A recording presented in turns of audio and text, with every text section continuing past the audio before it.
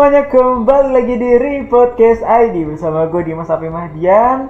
Apa kabar semuanya? Semoga kalian dalam keadaan sehat dimanapun kalian berada. Kalau di sini gue ditemenin sama Kak Adit. Tahu dong kita bakal bahas konten apa? Iya, tentu saja kita akan ngebahas konten resensi buku bagus, buku yang tepat untuk kita semua. Ya, gimana kabarnya? Semoga teman-teman sehat dan juga jangan lupa untuk tetap menjaga kesehatan kalian, apalagi di kondisi pandemi Covid seperti ini. Jangan lupa untuk menerapkan 5M tentunya, yang sudah di-upgrade sebelum menjadi 3M. Oh, ini jokes saya masih pertemuan kemarin ya. Ganti-ganti. Iya, oke. 5M itu tapi tetap ya, untuk mencuci tangan, mengenakan masker, menjaga jarak minimal 1 meter, jangan 1 kilometer kejauhan. Habis itu membatasi mobilitas dan juga menghindari kerumunan ya, Kak Adit. Iya. Kita tidak berkerumun. Iya. Kita bersilaturahmi. Kita hari ini bakal bahas buku tentang David and Goliath. Yo, mungkin ini cerita yang cerita yang familiar mungkin ya bagi teman-teman yang dulu waktu SD diceritakan tentang sejarah. Yang ngaji habis itu ingat ceritanya Nabi Daud sama Jalut. Ya, betul. Yang kalian pengen buru-buru pulang nonton Naruto. Nggak bercanda. Oke, jadi ini karya Malcolm Gladwell ya. Malcolm Gladwell yang sebelumnya kalian mungkin kalau nonton video-video berikutnya, Malcolm Gladwell ini udah 2 buku ya kita bahas. Udah 2 buku. 2 buku yang kita lebih bahas. kayaknya. Ya, sama ini. Oh iya sih. Betul. Oke, jadi apa nih masalah yang diangkat dari buku ini? Jadi sebelum-sebelumnya kan kita banyak pembahasan, kebanyakan ya bukunya ya buku-buku motivasi ya. Tapi di buku yang ini berbeda dengan buku yang sebelumnya. Kalau sebelumnya itu kan ngomongin bagaimana kita sukses. Di buku ini membahas bagaimana ketika kita itu merasa diri kita kurang, bagaimana kita itu merasa diri kita kecil, dengan teknologi terbatas, kemampuan terbatas, kita tuh masih bisa berpotensi menang. Jadi di buku ini diceritakan Nabi Daud melawan Jalut. Jadi kisahnya itu benar-benar mirip 11-12 ya 11-12 seperti di pengajian. Tapi kalau saya gambarkan lebih detail, ini mungkin akan lebih ini ya, dalam sejarahnya itu bangsa-bangsa Bani Israel ya. Bani Israel itu waktu itu mau diserang oleh bangsa-bangsa Filistin atau Palestina. Waktu itu Palestina itu masih menyembah ikan. Jadinya jadi mereka itu nggak boleh pergi mancing. Jadi mereka itu punya kepercayaan yang salah. Nah, mereka itu ingin menghancurkan bangsa Bani Israel karena merasa Bani Israel ini berbeda kepercayaan. Nah, maka ditunjuklah salah satu pemimpin namanya Talut ya. Nah, Talut itu membawa 80.000 prajurit untuk menghadapi sekitar kurang lebih 250.000 prajurit bangsa Filistin. Nah, prajurit ini menggunakan persenjataan yang lengkap. Persenjataan yang lengkap ini seperti apa? Mereka memiliki kereta kuda, mereka memiliki kuda, mereka memiliki pasukan pemanah dan penombak. Jadi itu benar-benar lengkap 250.000 prajurit berhadapan dengan 80.000. Nah, dari 80.000 ini ternyata mereka itu di perjalanan berkurang. Ada yang tergoda capek, habis itu melewati sungai berkurang. Sekitar kurang lebih 4.000. Dari 80.000 hanya sisa 4.000. Nah, 4.000 orang ini dipimpin oleh Talut. Dengan izin Allah mereka terus dengan semangat untuk mempertahankan tanah air dan mempertahankan kepercayaan mereka, mempertahankan agama mereka. Mereka berhadapan dengan 250.000 prajurit Filistin atau Palestina yang bersenjata lengkap dan dipimpin oleh seorang raksasa. Zaman itu katanya dia itu raksasa dari keturunan zaman Nabi Nuh. Jadi raksasa yang lumayan tinggi. Nah, saat itu mereka kan tahu 4.000 nggak bisa ngelawan 250.000 kan. Akhirnya mereka membangun suatu benteng di atas suatu bukit ya. Di bukit itu mereka bangun benteng. Kan di atas benteng nggak ketahuan tuh sisa orang tinggal 4.000. Padahal awalnya 80.000 gitu. Padahal sisanya tinggal 4.000. Nah, mereka bangsa Filistin ini hati-hati. Mereka nggak mau nyerbu langsung ke benteng karena nggak tahu tuh benteng itu, di balik benteng itu ada berapa ribu orang. Padahal cuma ada 4.000, dan 4.000 ini ya tentu karena mereka punya semangat kalau kita nyebutnya semangat 45 ya, semangat kemerdekaan. Mereka itu walaupun 4.000 rasanya kayak ratusan ribu gitu, memanah terus sigap gitu, karena dipimpin oleh orang yang juga memiliki kepemimpinan yang bagus, Talut itu kan ya, raja yang benar-benar bijaksana dan benar-benar inspiratif. Nah ketika kan 4.000 orang, sisanya pada pulang kan. Ya itu makanya kasihan banget ditinggal kan, udah pasti kalah sebenarnya. Tiba-tiba ada seorang anak kecil bernama Daud. Nah ini waktu itu dia benar-benar seorang yang patriotik ya, karena masih kecil dia udah berani melawan ikut dalam perjuangan membela bangsanya. dia itu nggak bisa pakai tombak, nggak bisa pakai pedang, nggak bisa pakai panah. Tapi dia bisa pakai ketapel. Usianya masih kecil juga ya. Iya, dia biasa pakai ketapel untuk melawan hewan buas ketika lagi mengembala kambing atau mengembala dombanya. Nah, ya tentu dia udah jago pakai ketapel. Nah, habis itu ketika dia sampai ke kemahnya bangsa Bani Israel, kakaknya kaget. Bahasanya kakaknya ngomong, "Kamu kenapa datang ke sini? Di sini itu kita itu udah siap mati, 4.000 orang itu bakal mati gitu." Mereka udah tahu bahwa 4.000 ini ngelawan 250 udah nggak rasional lah, pasti mati. Kakaknya ngomong, "Udah kamu pulang aja, jagain adik-adik kita, jagain keluarga kita," gitu. Kakaknya udah pesimis, tapi dalam hati ya saya mati nggak kenapa, adik saya jangan mati gitu kan. Tapi ya Nabi Daud itu ngomong, dia ngomong bahwa dia berani. Dan ketika itu dia mendengar ada seorang komandan perang dari pihak Filistin atau Palestina itu ngatain orang-orang Bani Israel, "Oh kalian pengecut, cuman beraninya di benteng, ayo turun ke bawah lawan saya." Jadi ada tradisi kuno di zaman dulu, intimidasi lah. Sama-sama jagoan turun. Nah berantem nih jagoan ini berantem, nanti yang kalah itu ya bisa menjatuhkan psikologis lawan kan. Gila nih. Jatuhin mental lah. Iya, jatuhin mental. Nah, kalau misal berantem habis itu nanti mereka baru turun semua. Nah, ini muncullah komandan dari pihak Filistin, seorang raksasa dengan ketopong atau helm baja dan baju baja juga kan, menggunakan perisai dan tombak dan pedang ya. Perisai dan tombak dia udah lengkap gitu, dia udah raksasa, udah kayak tank. Zaman sekarang tuh kayak tank. Dia tuh datang. Habis itu Nabi Daud ngomong, "Kenapa kalian diam di sini?" Dia mengatai kita di bawah lembah sana. Tanpa pikir panjang Nabi Daud turun. Kakaknya panik kan. Panik, adik gue berani banget. Greget. Iya, dipanik kakaknya. Bayangin lu punya adik nekat itu. Ini anak adik lu itu masih SD, coy. Bayangin. Greget banget. Nah, habis itu kamu kan otomatis jadi seorang kakak gak bisa ngantiin adiknya yang benar-benar semangat untuk membela bangsanya. Dikasih lah. Kakaknya ngomong, "Ini pakai perisai dan pedangku." Nabi Daud ngomong, "Enggak, saya nggak bisa pakai gituan." Kakaknya bingung. "Hah? Kamu nggak bisa? Terus kamu mau lawan pakai apa?" Udah turun aja dia. Kakaknya bingung tuh di benteng. Dia ngelawan pakai apa? Sampai di bawah, Nabi Daud mengeluarkan batu yang dia pungut waktu di sungai. Diketapel lah raksasa itu.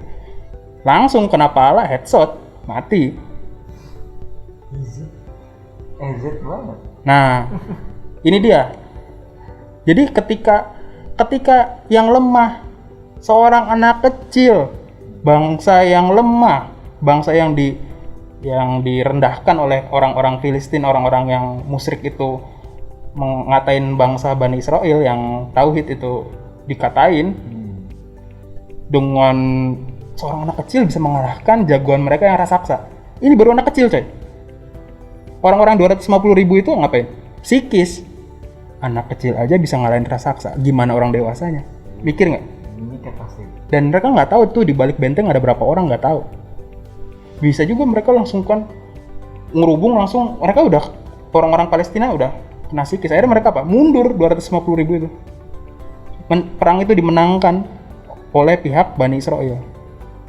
Dari kisah ini kita itu mulai berpikir ulang. sebenarnya kekuatan itu apa sih? Iya, benar. Keunggulan apa sih?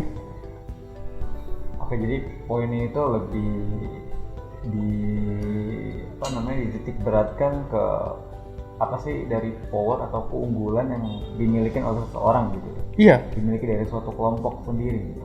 Iya, sebenarnya apa sih?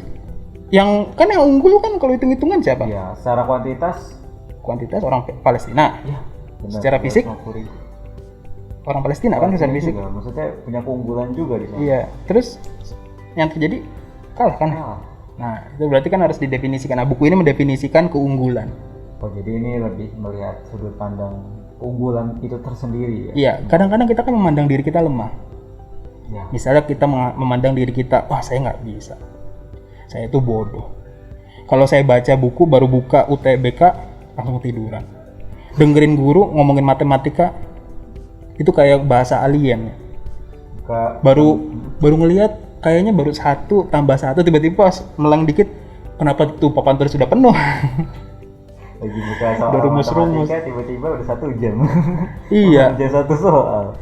Ngerjain UTS baru 3 soal dan belum ketemu jawabannya udah mau habis, tembak tuh 1 sampai akhir. Udah ngitung semua rumus tiba-tiba kok nggak ada angkanya di situ. Akhirnya dicari yang paling dekat. 22, nggak ada 22, adanya 23, 25. Nah, 22 dekat sama 23, berarti 23. Itu logika gue. Ya itu mungkin lebih ke ya permasalahan yang diangkat itu tentang keunggulan gitu. Jadi Iya. Mungkin sedikit tentang definisi keunggulan itu sendiri. Apa sih keunggulan itu? Nah, ini dia. Keunggulan adalah sesuatu yang membuat kita bisa memenangkan suatu kompetisi. Nah, itu aja sebenarnya. Definisinya singkat. Kalau kamu unggul, kamu menang. Ya. Tapi permasalahannya, bagaimana kita mengidentifikasi apa yang menjadi faktor kemenangan kita, ya nggak? Iya. Apa yang menjadi kayak kelebihan. Ya, kelebihan yang kita milikin lah ibaratnya. Iya, sekarang pertanyaan gini. Ikan sama monyet, unggulan mana? Dalam berenang pasti menang ikan. Dalam memanjat pohon pasti monyet. Gimana kalau monyet mengukur keunggulannya berdasarkan kemampuan ikan? Monyet berenang. Monyet air. Ini kayak di SpongeBob monyet air ya. Evolusi. Oh iya. SpongeBob ya. SpongeBob. Kenapa seorang monyet datang di laut gitu?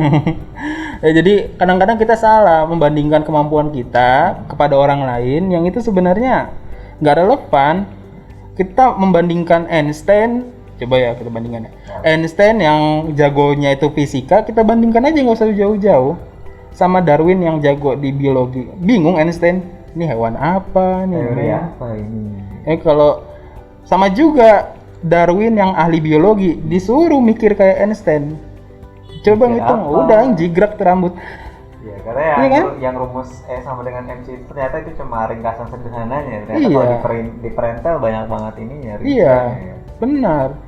Dan Darwin juga menyederhanakan teori biologi yang rumit yang mengatakan bahwa survival to the fittest, maksudnya ya kalau mau bertahan di dunia yang keras ini seorang organisme atau individu harus bisa beradaptasi. Dari penemuan dari proses pergulatan dinamika yang panjang akhirnya dia menyimpulkan demikian. Ya, Einstein berbeda, dia berpikir dengan berbeda. Dengan matematis, Darwin berpikir secara filosofis. Ya nggak bisa ketemu. Artinya Ada keunggulan masing-masing kan? Masing-masing ya. Coba Einstein disuruh gambar melukis. Suruh membaca mungkin. Newton Newton disuruh lari 100 meter ngalahin Usain Bolt. Tidak mungkin. Itu kalau nggak dia kejungkal capean. Baru 1 meter sudah pusing dia. Udah si Newton baru 10 meter, Usain Bolt udah nyampe selesai. Zup. Kan Usain Bolt kan orang tercepat larinya. Benar. Bahkan dia waktu lagi lari dia masih sempat noleh kanan kiri. Oh, yang kanan kiri pada ngos-ngosan, luar biasa. Dia kan melihat kakinya ini nyentuh apa tidak gravitasinya. Jangan-jangan dia tidak terikat oleh gravitasi bumi. Akhirnya dia buat teori baru lagi. Kan kalau kita tapi kita juga kesalahan jika kita mengukur Usain Bolt itu dibandingkan dengan Stephen Hawking kan. Oh. Gila itu. Hanya orang bodoh yang membandingkan dua tokoh yang berbeda dengan kemampuan yang berbeda. Nah, kenyataannya Kita udah tahu hal tersebut, tapi kita masih mengulangi kesalahan yang sama. Kayak apa? Ya gampang. Ya pendidikan di Indonesia ini kan. Jangan kan di pendidikan. Ya berarti masuk ke tema bagaimana kita salah membaca keunggulan. Mau masuk tema ini? Masuk ya? Lanjut. Kita cari tahu nih. Bagaimana cara kita itu membaca sebuah keunggulan. Salah membaca keunggulan paling. Ya, maksud saya itu. Salah membaca keunggulan. Salah membaca dulu. Biasanya dari kesalahan kita akan tahu cara yang benar. Oh iya, betul. Gimana kok jadi kayak asal Malaysia gitu. Ya, jadi kita akan ngebahas tentang bagaimana cara kita salah membaca keunggulan. Bisa salah ya, bisa salah. Jadi kita bisa salah dibaca keunggulan. Pertama, kita itu salah karena pendidikan masa kecil kita. Jadi orang tua kita itu memberikan apa yang semuanya dikasih ke kita. Semua kenikmatan, semua kemudahan itu dikasih. Itu kesalahan terbesar orang tua terhadap anaknya yang dibahas di buku ini. Kenapa? Anak yang itu senantiasa menghadapi kemudahan dalam hidupnya, dia itu nggak akan bisa mengidentifikasi apa yang dia unggulkan sama yang lemah. Karena keunggulan dan kelemahan itu hanya akan bisa diketahui ketika kita itu menghadapi permasalahan. Oh, oke. Iya nggak? Memanjakan anak itu sama juga kita mengurangi masa ujinya dia. Masa dia itu mengeksplorasi dirinya. Makin dinina bobokan. Baru sadar pas udah gede. Apa ya tujuan hidupku? Apa ya keunggulanku? Apa ya guna aku di muka bumi? Lihat tetangga sebelah. Lihat. Gue kira tetangga sebelah. Sudah jadi pegawai negeri. Biasanya begitu kan. Kita ada bumbu-bumbu tambahan sepertinya. Iya, jadi kadang-kadang kesalahannya itu adalah ketika dimanjakan, anak itu malah tidak bisa mengeksplorasi kelebihan dan kekurangannya.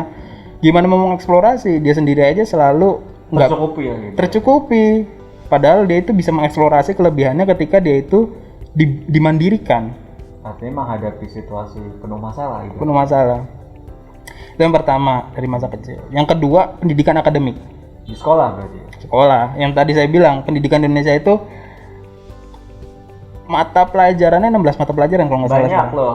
Iya kan? Oh, dari dulu juga ya? 16 iya, jadi tebel buku-buku di Indonesia ini. Padahal di luar negeri udah spesifik.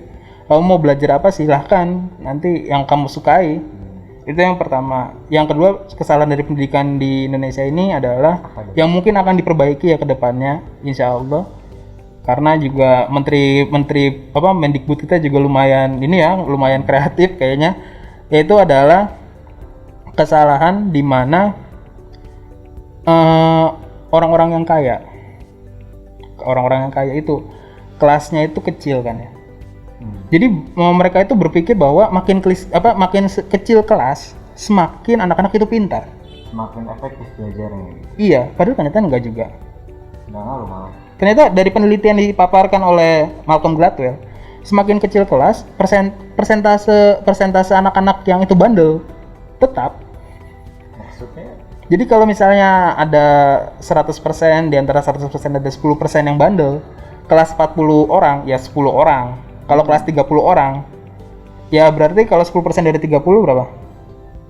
Berapa ya? 40 kan, kalau 40 kelas berarti berapa yang ini? Kalau 10% 4 orang. 4 orang. Kalau 30 berarti 3 orang yang paling bandel.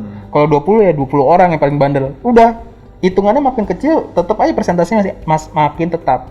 Tapi yang paling penting adalah kalau kelasnya itu besar, kompetisinya itu lebih keras. Dan ketika kompetisinya keras di dalam kelas itu, mereka akan lebih bisa mampu mengidentifikasi dirinya, keunggulannya apa.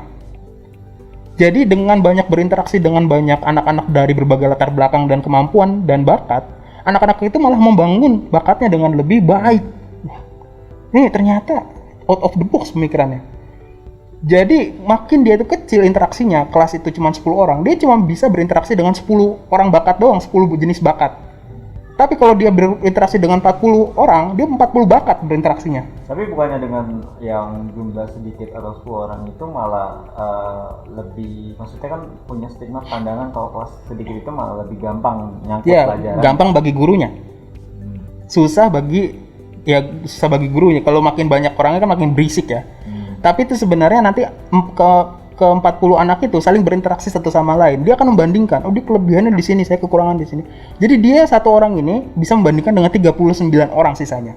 Terlepas dari pelajaran akademik ya, maksudnya lebih ke ya misalnya saya aja deh.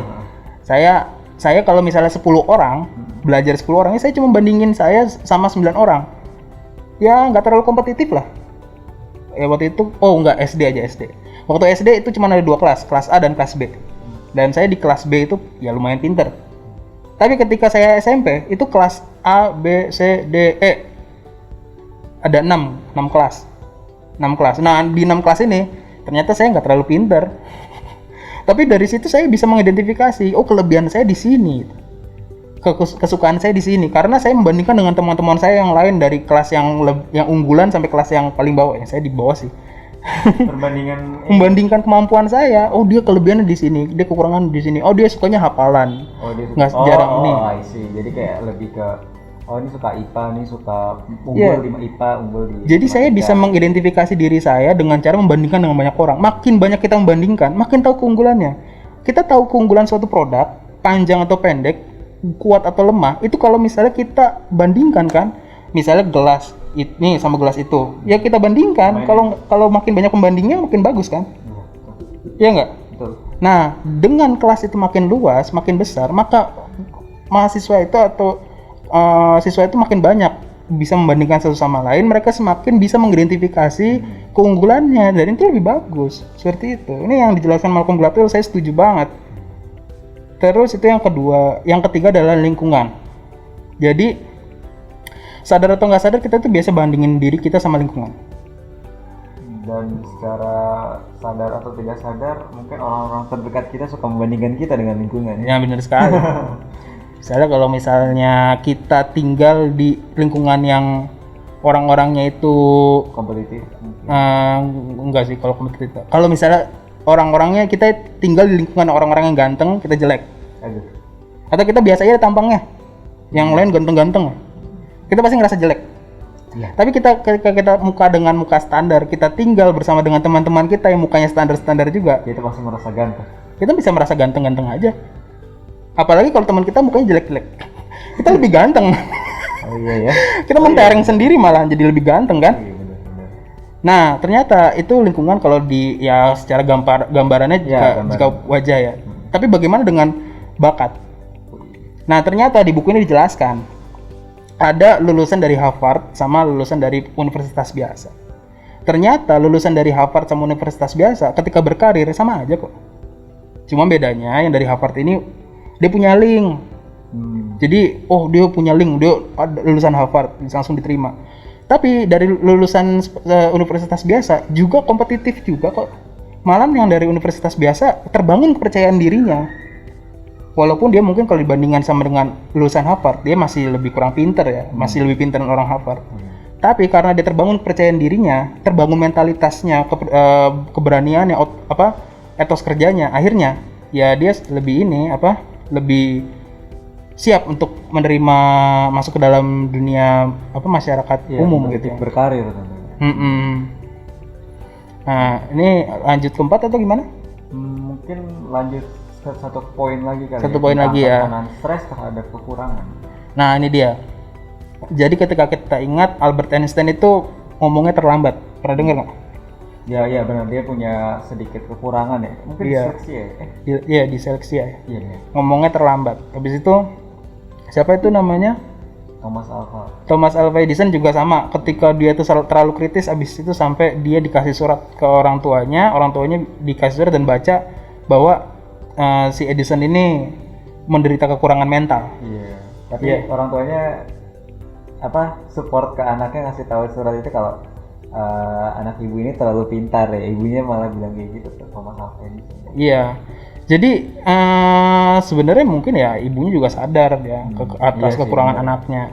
Tapi yang dilihat di sini adalah orang-orang yang dengan menderita kekurangan tertentu, dia itu lebih tanggap, lebih berusaha terhadap dia terbangun etos kerja usahanya lebih bagus daripada orang yang mendapatkan segalanya. Karena dia mungkin perlu pembuktian mungkin. Mungkin bukan. Ya pembuktian pertama, yang kedua karena dia itu kekurangan untuk bisa kembali menyaingi teman-teman atau minimal sama dengan teman-teman, effortnya lebih besar. Ya nggak? Benar. Ketika effortnya itu besar, dia itu akhirnya terbangun tuh mentalitas juara seperti ketahanan stres, dia memiliki mentalitas baja, kerja keras, tidak mudah menyerah, dan bahkan dia juga punya kepribadian seperti ya nggak peduli dengan ucapan hinaan orang, dia tetap maju, teguh pendirian dan lain sebagainya. Dan itulah yang membuat dia bisa lebih sukses. Ingat, di mana ada kekurangan, di situ ada kelebihan. Nah, yang salahnya itu malah kita menjadi stres terhadap kekurangan tersebut. iya, padahal kekurangan kita itu ya belum tentu belum tentu menjadikan kita tuh gagal di masyarakat gitu. Betul. Jadi nanti ada 2 poin lagi dan juga tips bagaimana cara kita membentuk suatu keunggulan atau mencari keunggulan tersebut. Oke, jadi jangan kemana-mana terlebih dahulu.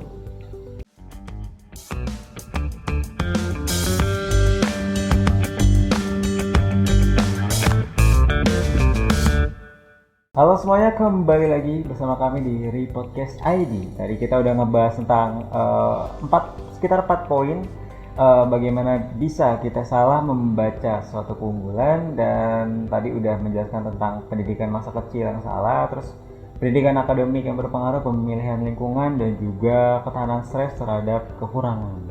Dan Ini selanjutnya adalah kapitalisasi, bukan kompensasi. Jadi gini, bedanya gini. Kapitalisasi itu maksudnya adalah huruf kapital, kan huruf kapital besar ya. Jadi bayangkan kamu itu udah memiliki keunggulan. Oh, saya unggul nih. Saya memiliki keunggulan dalam kemampuan berpikir kritis. Oke, jadi dulu ini saya dari diri saya sendiri aja, nggak usah jauh-jauh. Saya memiliki kemampuan untuk berhayal, memiliki kemampuan untuk berpikir ya imajinatif dan kritis. Tapi kekurangan saya itu satu, komunikasi. Saya itu punya sedikit teman, karena memang saya nggak pintar komunikasi, nggak pintar membangun pertemanan. Abis itu saya juga memiliki kekurangan di mana ya saya itu mudah lupa nama orang. Jadi untuk ngingetin nama teman sendiri aja itu masih susah banget. Jadi akhirnya waktu itu saya ingat, waktu masih SD itu kalau punya teman namanya itu saya nadain. Dulu saya punya teman baik namanya Holan Aryo Prayudi. Saya ingat singkatannya HAP. HAP itu kan Holan Aryo Prayudi. Habis itu saya bikin nadanya Holan Aryo Prayudi. Jadi bikin semua nada. Bisa kamu Dimas Alfi Mahdian. Jadi selalu ada nada. Jadi ketika saya mengingat nama orang, saya selalu nadakan Ridho Muhammad. Bahkan dulu saya lupa nama panjang saya kok. Oh ya? Wow, luar biasa. Baru ingat saya nanya ke mama saya, "Ma, nama panjangku siapa?" Aditya Santoso. Luar biasa. Itu waktu masih umur 6 tahun. 6 tahun itu saya nggak tahu nama panjang saya. Masih nama saya Adit siapa ya? Nah, dia kritis sama nama dia sendiri ya. Iya, akhirnya saya baru mikir saya ternyata punya nama panjang ya. Gitu. Gimana sih Kak Ajay? Waktu absen gimana dong? Waktu absen nggak nyaut dong? Nah itu makanya saya nanya ke mama saya nama panjang saya siapa. Soalnya waktu itu pengajian ada yang namanya Adit. Nah saya bingung nama saya Adit siapa. Akhirnya nanya ke emak saya, nama saya Adit siapa? Aditya Santoso. Oh iya, baru diingetin Adit. Jadi ketika mencoba mengingat nama orang itu saya nadakan. Kalau nggak dinadain, nadanya lupa aja. Udah lupa itu nama orang itu. Makanya saya buru-buru ketika ada kenalan saya selalu minta nomor kalau saya merasa orang itu penting ya. Saya minta nomornya, saya catat nama lengkapnya. Pasti saya nanya, nama lengkap kamu siapa? Soalnya saya nadakan namanya. Nah itu kekurangan saya adalah kemampuan bergaul. Saya nggak gaul. Kapitalisasi saya adalah kemampuan saya, kelebihan saya itu adalah saya bisa imajinatif. Jadi ketika ngobrol sama orang, kadang-kadang ngalur ngidulnya lucu, koplak ya. Ya imajinatif, kemampuan abstraksi. Perang galaksi. Iya, sekarang saya ngobrol sekarang aja kan ini hasil dari kapitalisasi kemampuan abstraksi saya. Kekurangan saya itu kekurangan saya di komunikasi, makanya kadang-kadang saya gagap ketika ngomong gitu ya. Nah, padahal kemampuan itu semuanya dibutuhkan di masyarakat gitu. Akhirnya orang-orang yang hanya berfokus pada bakat, dia tidak melengkapi bakatnya ini, kemampuan bakatnya ini, dia akan cenderung tertinggal. Bayangin, ada orang, jadi di buku sebelumnya itu dijelaskan ada seorang matematikawan yang pintar, dia dikasih rumus sesulit apapun bisa dia pecahkan. Tapi dia berakhir jadi petani miskin. Kenapa? Di buku sebelumnya, buku kemarin buku apa yang di Outliers ya. Kenapa? Karena dia nggak bisa bergaul. Selalu kalau misalnya ngobrol sama dia itu konflik. Karena dia itu sombong. Merasa karena bisa Saya bisa, kamu bodoh gitu. Padahal satu orang dia itu bisa memecahkan banyak rumus. Dibandingkan dia butuh berapa orang untuk memecahkan sebuah rumus. Tapi orang-orang lebih milih banyak ahli tersebut daripada satu orang ini. Alasannya kenapa? Dia nggak bisa diajak kerjasama. Nggak bisa berkolaborasi ya. Nggak bisa punya kemampuan sosial. Dan saya tuh kayak gitu dulu. Akhirnya saya tuh waktu itu pindah dari sekolah madrasah ke sekolah negeri, masuk itu langsung ranking 3. Langsung pinter, gitu paling pinter. Iya, soalnya di madrasah ibtidaiyah waktu itu saya dikasih hafalan fikih, hafalan itu kan sholat itu dan lain sebagainya. Otak saya itu sering kebeban gitu. Giliran masuk sekolah negeri gampang. Jujur ya, sekolah madrasah ibtidaiyah itu lebih susah daripada sekolah negeri. Jadi kalau bisa pinter di sekolah negeri, jangan terlalu bangga lah. Ibtidaiyah susah, soalnya semua ilmu dipelajarin dari ilmu fikih sampai ilmu ini kan. Pas masuk sekolah negeri, plong banget coy. Cuma ada matematika, bahasa Inggris, IPA, IPS gitu kan gampang. Akhirnya saya menguasai langsung ranking 3. Yang mentok di atas saya itu ada 2 orang, saya ingat namanya Aldila Sandra Florence, apal karena nada. Sama Afkari, nama panjangnya lupa kan. Jadi sampai sekarang masih ngapalin nama pakai nada? Pakai nada. Jadi ada 2 orang di atas itu paling bintang kelas, saya udah kepentok di nomor 3. Tapi setelah itu saya mempelajari bahwa jadi pinter itu bukan hal yang utama di sekolah. Untuk apa pinter nggak punya temen? Mulailah saya bandel. Di semester pertama kelas 3 itu saya ranking 3, semester kedua saya turun ranking 6, semester berikutnya ranking 11, 10. Mendingan saya ranking 11, 10, saya punya teman banyak daripada saya ranking tinggi nggak punya teman. Ya nggak? Akhirnya itu kebiasaan sampai SMP itu saya juga berusaha untuk mengembangkan kemampuan sosial saya. Saya berteman dengan anak-anak yang gamers, saya berteman dengan anak-anak yang pinter. Anak-anak gamers ya seru aja main game ya. Yang kedua anak-anak pinter, ya kalau nggak pinter ya nggak bakal lulus gitu bahasanya kan. Begitu juga pas saya di SMA, saya masuk organisasi OSIS. Saya berusaha mengembangkan kekurangan saya, itu kemampuan sosial. Mengimbangi kemampuan berpikir abstraksi saya gitu. Kalau nggak kayak gitu nggak bakal kita sukses. Nggak bakal saya itu bisa berdiri di sini menjelaskan podcast ini. Pasti yang ada adalah saya jadi kutu buku udah di ruang ruang perpus udah jadi kutu buku. Nggak bisa mau menyuarakan perubahan gitu. Jadi kapitalisasi yang dimaksud ini bakat ya? Iya. Lebih ke kemampuan. Bakat itu harus diimbangi dengan kemampuan yang selainnya untuk penunjang bakat. Jangan lupa bahwa bakat sendiri itu memang harus dikembangkan. Cuman ada ilmu-ilmu sampingannya untuk bisa memperlancar perkembangan bakat. So kalau Einstein itu pinter, cuman dia nggak bisa mengkomunikasikan gagasannya, itu ilmu itu udah cuman dia doang yang tahu, tapi orang lain nggak tahu. Artinya nggak worth it buat orang banyak, nggak bermanfaat. Iya, nggak bermanfaat. Cuman karena Einstein mampu mengkomunikasikan, ya ilmunya berguna. Seperti itu. Jadinya bakat tanpa kemampuan penunjang itu sama juga bohong. Nah kekurangannya sekarang itu banyak orang yang mengidentifikasi bakat. Dia bakatnya bermusik, udah bermusik aja. Yang kemampuan yang lainnya nggak diasah. Dia ahli nih jadi atlet, udah jadi atlet aja. Pas udah selesai masa atletnya bubar, dia bingung mau jadi apa. Stres. Itu jadi tekanan tersendiri saat itu ya. Iya. Buat orang-orang tersebut. Jadi kita itu bukan cuman berpatok pada bakat, kita juga melihat life skill kita. Apa aja sih kemampuan yang dibutuhkan untuk bisa hidup dan bertahan di dunia yang keras ini. Gitu. Mengimbangi bakat kita. Emang bakat itu jadi utama. Bakat itu jadi utama, tapi skill-skill yang lain itu jadi pelengkap.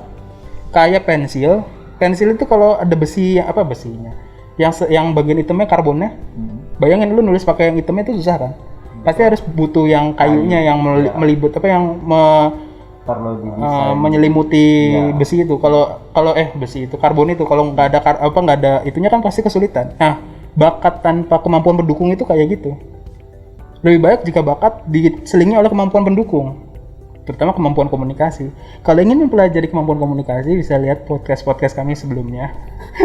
Itu banyak banget rekomendasi buku yang terkait dengan komunikasi. Nih, kita kebanyakan promo. Oke, Iya, lanjut. iya dong. Karena ya kalian jangan banyak nuntut buku. Nanti kita juga Nah, ini nuntut tadi udah poin kelima ya? Ya. Poin terakhir berarti. Oh, ya, poin terakhir ya. Ya, itu 3 poin itu terakhir. adalah kepercayaan yang keliru. Jadi kita salah memiliki nilai-nilai yang salah. Bayangin dulu Belanda percaya bahwa dengan senjata yang kuat suatu bangsa bisa memenangkan peperangan. Dia ngeliat Jerman mungkin ya, atau Amerika ketika menggempur Jerman senjatanya canggih. Dia lupa bahwa kesulitan itu yang paling utama. Alhasil apa? Agresi militer pertama dan agresi militer kedua disambut meriah oleh bangsa Indonesia dengan solid dan memenangkan sehingga kita bisa merdeka sekarang. Ayo, merdeka. Merdeka. Nah, jadi Gue kayak ini benar-benar nih membanggakan. Bangsa Indonesia itu kayak itu loh, kita kayak Daud dan bangsa Belanda itu Goliat atau Jalut ya. Kenapa? Karena bangsa Belanda itu punya kapal destroyer, dia punya pesawat tempur, dia memiliki prajurit, dia memiliki tank, dia memiliki senjata yang bagus, dia memiliki senjata mesin anti aircraft gun bagus. Kita itu dalam sejarah kamu baca, kita cuma punya 3 pesawat Zero dan itu ngambil dari punyanya Jepang yang kalau pesawat Zero itu udah kuno ya, udah kuno banget kalau dibandingkan dengan pesawatnya ini. Tapi kita menang. Kita menang. Kenapa kita menang? Jawabannya adalah nilai kita itu beda. Kelebihan kita menyadari keunggulan bangsa Indonesia itu bukan di senjata yang bagus. Bukan di kemampuan bukan di persenjataan yang bagus, bukan di strategi militer yang bagus. Strategi militer bagus kita. Iya. Pak Sudirman itu, Jenderal Sudirman luar biasa. Nah, kita melihat keunggulan kita adalah kesulitan. Dari kesulitan itu lahirlah strategi militer yang bagus itu bisa berjalan. Dan juga dan berani berkorban. Siapa yang berani masuk hutan? Belanda berani masuk hutan? Enggak. Belanda itu dalam sejarah itu nggak berani masuk hutan. Mereka itu masuk hutan itu kalau pakai tentara bayaran. Ketika tentara bayaran Belanda itu memihak pada Indonesia, yang namanya Kenil itu, akhirnya mereka menyadari bahwa tentara yang dididik Belanda, tentara Indonesia yang pribumi yang dididik Belanda itu menyadari bahwa dia nggak mau dikadalin Belanda, ya dia gabung ke Indonesia, membentuk tentara keamanan rakyat dulu ya. Nah itu akhirnya melawan Belanda. Wah, luar biasa itu, kesulitan. Dan dari kesulitan itu, strategi militer itu bisa berjalan dengan baik karena di situ ada kepercayaan. Gitu. Jadi nilai-nilai yang lama itu kita harus berpegang pada nilai-nilai yang baru, yang lebih unggul. Jangan terjebak pada nilai-nilai yang lama. Jadi itu ya, berarti total 8 poin-poin. 6 coy, tuh enggak 46. 8 tadi sama pelengkap maksudnya. Oh iya. Ya, silahkan ditambahkan. Ya, pembaca bisa mencatat sendiri sambil mendengar. Ini yang benar siapa? Kalian bisa langsung komen di bawah. Demikian ya kesalahan-kesalahan yang salah saat kita membaca keunggulan. Jadi gimana sih cara kita membentuk keunggulan itu sendiri atau kita mencari keunggulan itu sendiri? Nah, ini dia. Yang pertama itu keunggulan itu diciptakan oleh orang-orang yang itu kreatif. Dia itu kreatif, disiplin, dan rela untuk mendobrak kebiasaan normal. Jadi ketika kita itu jadi keunggulan itu kan tadi sudah saya jelaskan bahwa ya merupakan suatu hal yang itu unik di dalam diri kita, yang kita ciptakan dari dalam diri kita. Nah, orang-orang yang bisa unggul itu adalah orang-orang yang bisa mengetahui keunggulan ketika dibandingkan. Dia membandingkan dirinya dengan orang lain. Membandingkan, akhirnya dia tahu kelebihan saya di sini. Tapi mengetahui kelebihan tanpa ada kedisiplinan sama juga bohong, ya nggak? Benar sih. Pertama, dia bisa menciptakan ide. Oh, saya ahli nih dalam bidang berpikir, udah dalam bidang kreativitas. Tapi permasalahannya, saya tidak mau mengembangkan kemampuan kemampuan-kemampuan yang menunjang kreativitas, misalnya kemampuan komunikasi, kemampuan menambah data supaya data-data yang lebih supaya pemecahan kreatif itu lebih Valid ya, lebih valid dan lebih bagus. banyak wacananya. Nah, karena tidak disiplin ya nggak bakal itu terrealisasi kelebihan tersebut, keunggulan tersebut pasti akan menghilang. Dan yang terakhir adalah ya ini individualis atau egois ya. Tapi bukan egois dalam artian tidak peduli pada orang lain. Jadi maksud dari egois itu lebih mementingkan diri sendiri. Bukan. Egois itu maksudnya adalah bukan egois di sini. Kalau di sini nyebutnya egois. Kalau saya bukan egois menafsirkannya. Apa itu? Independen, Berpendirian ya. berpendirian. Jadi apa kata orang terserah saya. Kenapa? Karena saya yang hidup, bukan mereka. Mereka tidak hidup di dalam dunia saya dan saya tidak terkungkung oleh dunia mereka. Saya yang menentukan jalan hidup saya. Dalam konteks mencari sebuah keunggulan ya. Dalam konteks mencari sebuah keunggulan. Jadi kita harus bisa mengetahui keunggulan kita dengan cara membandingkan dengan orang lain. Misalnya saya bandingin sama kamu nih, atau kamu bandingin sama saya deh. Kamu pasti bisa mengidentifikasi, oh saya lebih di mana? Oh saya lebih ramping daripada Kak Adit. Oke. Atau mau mengidentifikasi keunggulan misalnya, oh saya lebih tenang dalam berbicara, maka jadi host. Habis itu kamu secara teratur melatih diri kamu berbicara di depan kaca, mengatur intonasi, mimik wajah dan lain sebagainya, dan kamu independen. Ada nanti teman-teman kamu bilang, podcast lu jelek, lu ngomong nggak bener. Harusnya, pasti ada yang ini kan? Kata-kata yang toksik atau gimana? Kita sebutnya toksik. Kalau sekarang toksik ya, Iya. Orang-orang yang toksik itu bisa muncul mereka di masyarakat itu ya nggak usah jauh-jauh deh. Temen sendiri aja gagal kadang-kadang seneng. Dia untungnya gagal, jadi nggak bisa ngalahin kesuksesan gue kan kadang-kadang gitu. Iya benar. Jadi kita kayak ngerasa dia lebih rendah dari gue gitu. Kan? Iya, kadang-kadang kan orang-orang kan kayak gitu. Jadi itu kan adalah suatu sikap yang tidak terpuji lah istilahnya. Nah, di situ membangun keunggulan itu adalah kita itu harus bisa membandingkan diri kita dengan orang lain. Kita mencari apa yang lebih unggul. Habis itu kita secara teratur dan disiplin mengembangkan kemampuan serta mengembangkan kemampuan pendukung untuk mendukung bakat kita yang menjadi suatu bakat utama tadi. Terus kita harus independen. Apa kata orang ya kita dengarkan, kita pertimbangkan. Tapi itu kembali lagi pada diri kita. Kita yang ngambil aksi tersebut. Iya, memang nanti ada masukan-masukan misalnya kita lagi COVID nih membutuhkan tenaga medis. Kita memiliki dua keunggulan. Kita bisa jadi seorang dokter atau kita menjadi insinyur. Nah, dua-duanya unggul. Nah, ya kita ambil dokter. Ya memang independen. Tapi kita melihat kebutuhan masyarakat juga. Ya kalau dua-duanya ahli ya mendingan ambil dokter. Ya nggak? Ya independen, tapi ketika sudah ambil dokter habis itu ada yang mengatain, ada yang lu jadi dokter pasti malpraktek. Udah jangan didengerin, lurus. Belajar yang keras, yang penting lulus. Habis itu jadi dokter yang bagus. Buktikan sama orang-orang yang itu toksik bahwa mereka itu salah dan kamu itu adalah orang yang benar-benar teguh dan sukses gitu. Dan orang-orang yang unggul itu harus kebal ujian. Mungkin sama kayak cerita yang Jack Ma yang waktu ditolak beberapa restoran ya. Iya. Ya, sampai dia 30 kali atau 32 kali ya. Kali udah ditolak ini sampai ditolak cinta juga nggak salah ya? Oh iya. Iya udah nanti bisa dicari sendiri ya kisah-kisah Jack Ma itu. Saya juga merasa tertegun karena ternyata ada yang lebih berat hidupnya dari saya.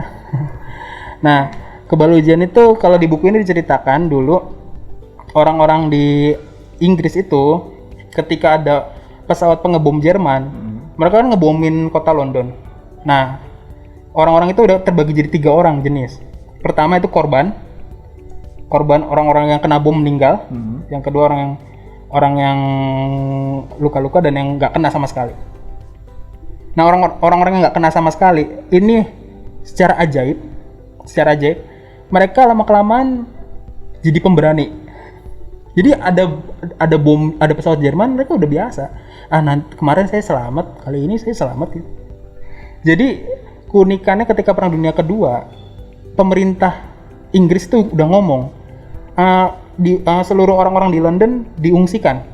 Kayak di Jakarta ini udah bilang ya, kalau di Jakarta kan ini kena COVID, semua orang udah di rumah, lockdown di rumah. Tapi karena tetangga kena, saya enggak, saya kebal, akhirnya berani keluar rumah. Itu sebenarnya ada efek di sini, ada efek kebal ujian.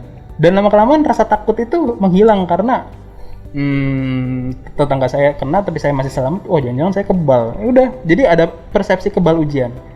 Nah, itu bisa jadi keunggulan karena ya punya mentalitas yang kuat ya. Kekurangannya kadang-kadang nggak rasional. Iya benar sih, gak Ini kan rasional juga. bom itu kan membunuh kan, Iya. dan juga COVID itu membunuh. Tapi secara psikis akhirnya dia Ngerasa ya punya. santuy, jadi santuy, orang santuy. Tapi ya emang ini kenyataan dari ini. Ini dong hal yang pro kontra tersendiri bagi orang tersebut. Selama dia punya pertimbangan rasional mungkin ya, jadi dia Heeh. kebal ujian maksudnya ya dia nggak terdampak namun tetap mematuhi. Ya dia tidak terdampak, tapi dia tahu alasan kenapa dia tidak terdampak. Misalnya dia menggunakan masker, dia mencuci tangan, menjaga jarak, menghindari kerumunan, menghindari pergerakan atau mobilitas yang tidak perlu. Bisa, itu benar, rasional. Kan tadi saya bilang ada nilai-nilai yang salah. Iya. Dia gagal unggul karena dia salah menerapkan nilai-nilai. Nah, kebal ujian itu bisa terjadi jika kita itu memiliki nilai-nilai yang tepat. Gitu. Jadi ketika kita memiliki nilai-nilai tepat, habis itu kita menghadapi ujian dan terbukti nilai-nilai itu menyelamatkan kita, kita itu bisa jadi unggul di situ, punya mentalitas yang kuat. Dibanding di lingkungan sekitar ya. Yang terakhir itu adalah mengkompensasi kekurangan yang tadi saya bilang bahwa bakat itu harus ditunjang dengan kemampuan-kemampuan tertentu. Jadi membangun keunggulan itu ya kita identifikasi kelebihan kita apa, kekurangan kita apa. Kelebihan itu dikembangkan supaya lebih bagus, kekurangan kita tutupi supaya tidak mempengaruhi kelebihan kita gitu. Sebenarnya masih banyak nih ya yang dijelasin di buku ini, tapi ya disingkat aja ya, itulah penjelasan mengenai tips membangun keunggulan yang dipaparkan oleh Malcolm Gladwell. Tentunya nanti kalian bisa cari lagi tentang beberapa hal-hal yang membangun keunggulan yang ada di buku ini. Dan tentunya masih banyak lagi ya Kak tentang yang ada di buku ini. Masih banyak. Bahasanya gimana kira-kira? Ini Malcolm Gladwell yang waktu itu pernah dikasih tips untuk membaca itu bukan sih? Iya. Ini bahasanya gimana? Apa ringan atau terkesan lebih sulit atau gimana? Sebenarnya kalau secara saya baca lebih ringan. Banyak cerita-cerita unik, asik, menggelitik. Karena kisah-kisah yang nggak pernah kita temui di dunia ini ya, di dunia modern ini ya kisah-kisah yang sebenarnya kayak underrated, tapi itu bermakna banyak dan sangat-sangat menginspirasi lah intinya. Gitu. Jadi jangan pernah nggak kehilangan rasa percaya diri ketika kita memiliki kekurangan, karena pada pembuktiannya orang-orang yang lemah itu bisa mengalahkan yang kuat. Tidak menutup kemungkinan jika kita memiliki usaha atau memiliki sebuah proyek yang kecil, kita itu bisa mengalahkan pengusaha atau punya proyekan yang lebih besar.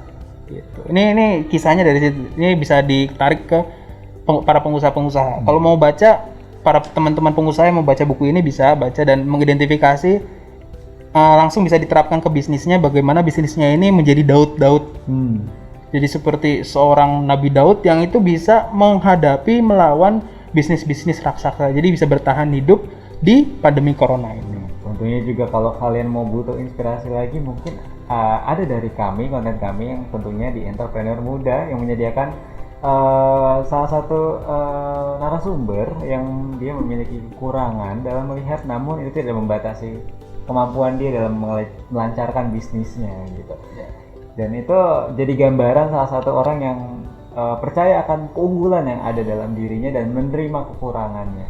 Betul Pak Deka ya? Benar. Jadi itu ya tentang sedikit resensi dari buku ini. Kalian bisa baca lebih jelasnya yang ada di buku ini, dan tentunya kalian bisa beli buku ini di tempat-tempat yang kalian suka gitu. Di toko buku yang jelas ya. Toko online Masa toko semen coy? ya kan nggak mungkin kita beli buku di toko bangunan gitu. Bisa aja sih. Tips-tips memilih kualitas bata yang bagus. Jadi itu ya buat teman-teman yang mau mencari tahu lebih lanjut tentang poin-poin yang ada tadi kita sampaikan, kalian bisa cari lebih langsung di buku ini. Dan tentu jangan lupa untuk meluangkan waktu kalian untuk membaca buku dan tetap menjaga kesehatan kalian. Terima kasih bagi kalian yang udah menonton video ini dari awal hingga akhir gitu. Dan seperti biasa, Oh, quote dulu. Quote dulu. Oh, udah dada aja gue. Ya nggak apa-apa sih. Ah iya, Ya, quote kan dulu. udah selesai. Oh, iya. Oke, ini ada quotes yang tentunya dari Quran surat Al-Baqarah ayat 249.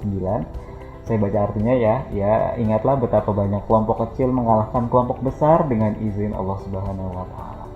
Terima kasih buat teman-teman semua. Stay healthy everyone. Jangan lupa untuk menjaga kesehatan kalian, menerapkan protokol kesehatan.